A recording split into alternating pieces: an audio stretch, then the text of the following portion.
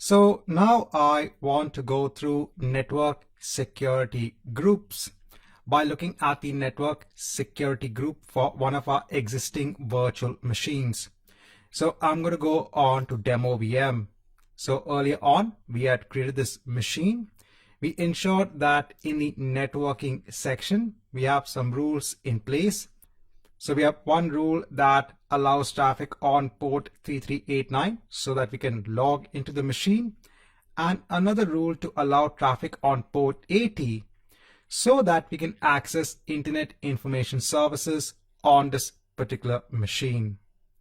Now, I'm just going to give a brief overview of the rules that are part of the network security group. So first of all, let me just hide this. Now, each rule that we have here has a priority, a name, the port number, the protocol, the source, the destination, and finally at the end we have the action, whether it is an allow or deny rule.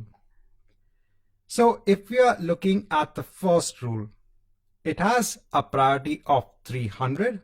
It's given a name of RDP and the port number is 3389. So if you are looking at a Windows virtual machine, and let's say from your laptop via the internet, you want to connect onto this virtual machine, you want to log into the virtual machine. So when it comes to Windows, Windows listens on port 3389 for the remote desktop connection. That's why we have to create a rule that allows traffic to flow into port 3389 of this virtual machine. Going back onto the rule. So we have the port number.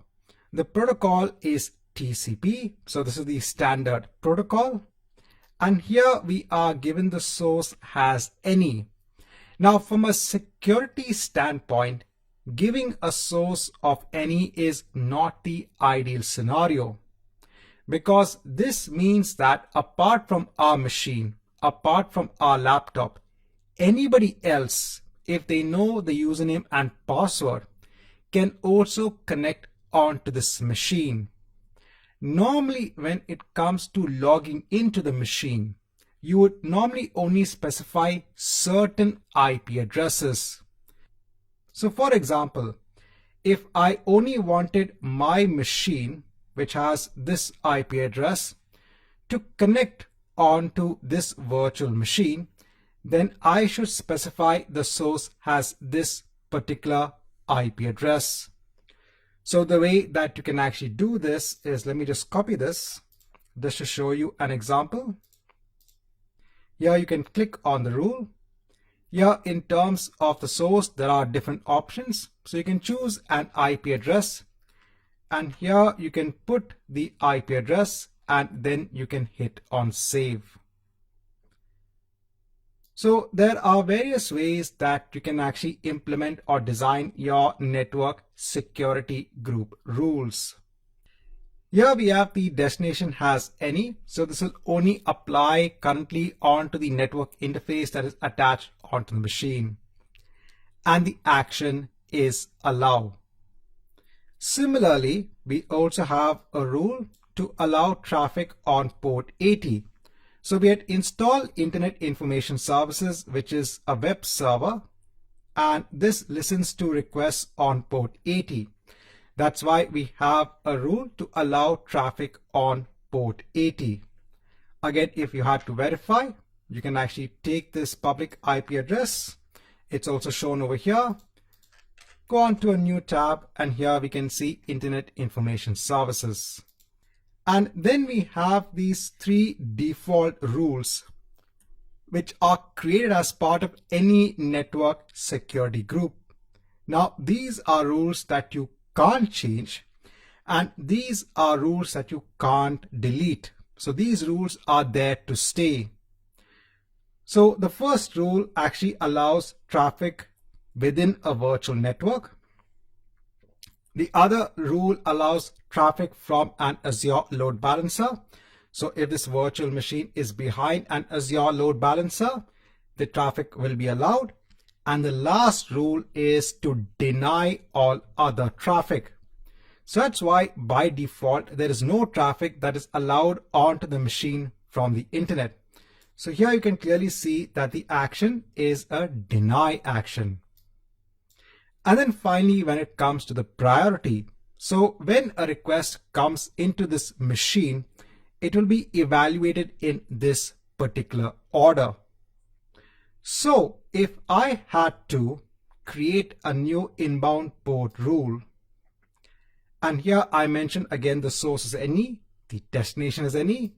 Here I'll put the service as HTTP, and here let me put the action as deny, and let me put a rule with a lower priority of just 200, and here let me just give a name and click on add.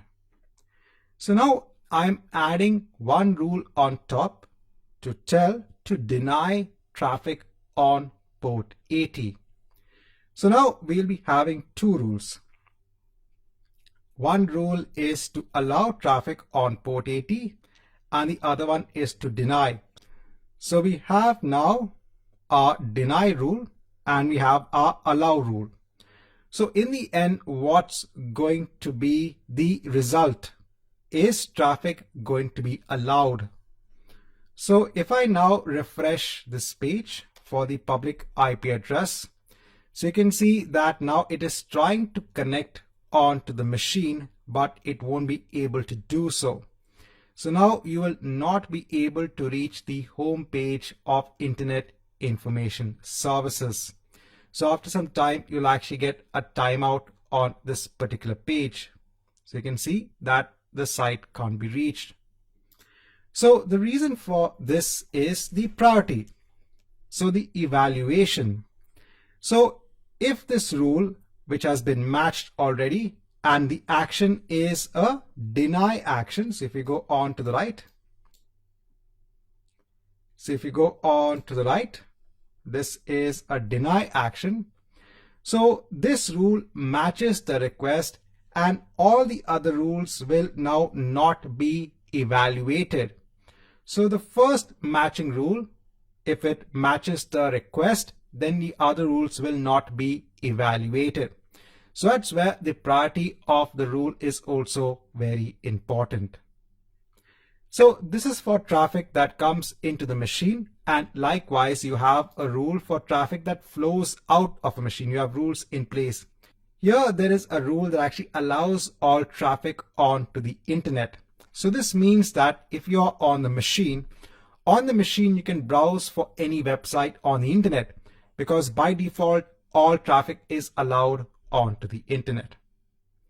Right, so in this chapter, just want to kind of go through some aspects when it comes to network security groups.